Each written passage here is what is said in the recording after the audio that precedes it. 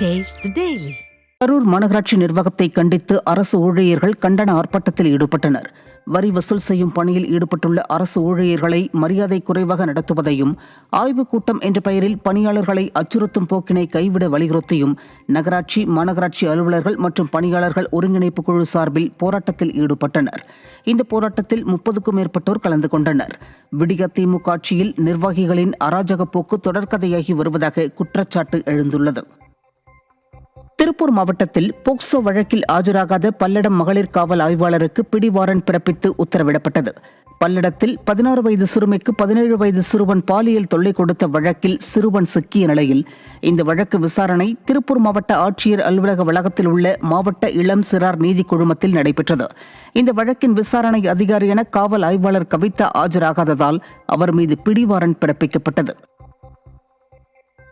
ராமநாதபுரம் அருகே ஓட்டுநரின் வட்ட இணைப்பு முறிந்ததில் அரசு பேருந்து பழுதாகி சாலையோரத்தில் நின்றதால் பயணிகள் கடும் அவதியடைந்தனர். நல்லிருக்கை கிராமத்திலிருந்து ராமநாதபுரத்திற்கு புறப்பட்ட பேருந்து கொத்தங்குளம் எக்கக்குடி இடையே வட்ட இணைப்பு முறிந்து ஓட்டுநரின் கட்டுப்பாட்டை இழந்து சாலையோரம் நின்றது. இதில் உயிர் சேதம் தவிர்க்கப்பட்டாலும் பயணிகள் பலரும் மரண பயத்திற்கு சென்று திரும்பியுள்ளனர். நிர்வாகத்திறனற்ற திமுக ஆட்சியில் நாள்தோறும் ஏதாவது ஒரு அரசு பேருந்து பழுதாகி நிற்பதும் விபத்திற்குள்ளாவதும் தொடர்வதாக புகார் எழுந்துள்ளது.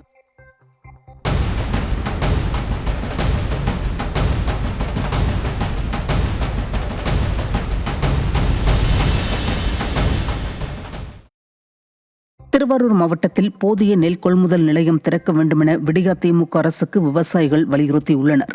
திருவாரூர் மாவட்டம் முழுவதும் சுமார் 1,492 ஹெக்டேர் பரப்பளவிற்கு சம்பா சாகுபடியும் 39,443 ஹெக்டேர் பரப்பளவிற்கு தாளடி சாகுபடியும் செய்யப்பட்டுள்ளது.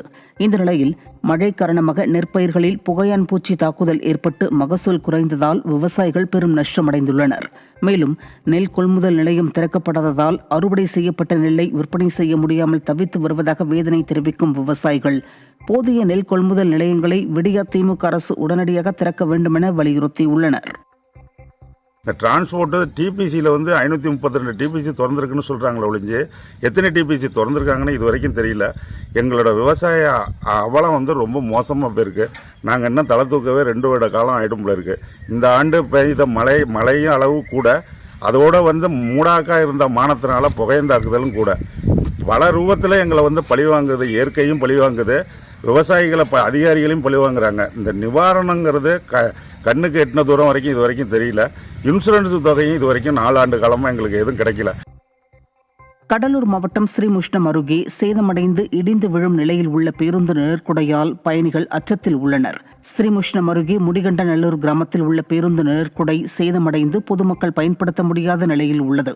மேலும் மது அருந்தும் இடமாக மாறி வருவதால் அப்பகுதி மக்கள், பள்ளி மாணவர்கள் பேருந்து நிறுத்தத்தில் பாதுகாப்பற்று உணர்வதாக குற்றம் சாட்டும் பொதுமக்கள் சேதமடைந்த நிழற்குடையை சீரமைக்க வேண்டுமென மாவட்ட நிர்வாகத்தை வலியுறுத்துகின்றனர்.